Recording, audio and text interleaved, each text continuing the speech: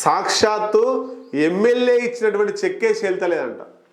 CMRF relief fund కింద MLA ఇచ్చినటువంటి చెక్కు చెల్తలేదంట. మరి ఆ దరిద్రపు ఎమ్మెల్యే ఎవరు, ఎందుకు ఇచ్చిండు చెక్కు, ఆ పేదలతో ఎందుకు ఆడుకుంటుండో ఒకసారి చూద్దాం.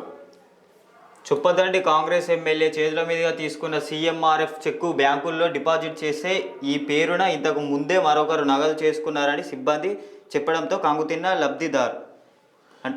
కరీంనగర్ జిల్లా అంటే మేడిపల్లి సత్యం చొప్పదండి ఎమ్మెల్యే, ఉమ్మడి కరీంనగర్ చొప్పదండిలో ఉన్నటువంటి ఎమ్మెల్యే మేడిపల్లి సత్యం.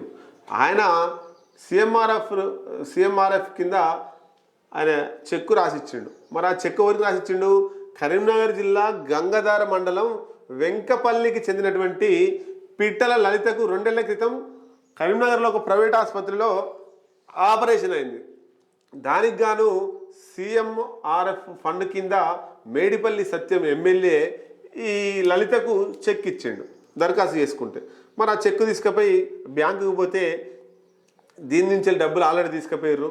బ్యాంకులో డిపాజిట్ చేయగా ఆ పేరు మీద ఇంతకుముందే వేరే వాళ్ళు డబ్బులు తీసుకున్నారు. ఎవరి పేరు మీద? ఈ పిట్టల లలిత మీద. మళ్ళీ మీద ఎట్లా వచ్చారని అడిగిరట. మరి డబుల్ చెక్కులు ఎవరికి ఇచ్చిండు? మేడిపల్లి సత్యం చొప్పదండి ఎమ్మెల్యే.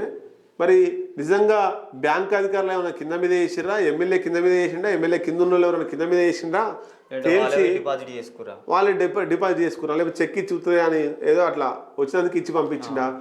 అది పూర్తి స్థాయిలో ఎంక్వైరీ చేసి ఈ ఎమ్మెల్యే ఇచ్చినటువంటి చెక్ వేయలేకపోతే మరి ఏంది పరిస్థితి అనేటువంటిది విచారణ చేయాలి. దీని మీద విచారణ చేస్తే నిజాలు బయటకు వస్తాయి. ఎమ్మెల్యే మంచోడు కదా, ఈ తీసుకున్న వాళ్ళు మంచోళ్ళు కదా తెలుస్తుంది.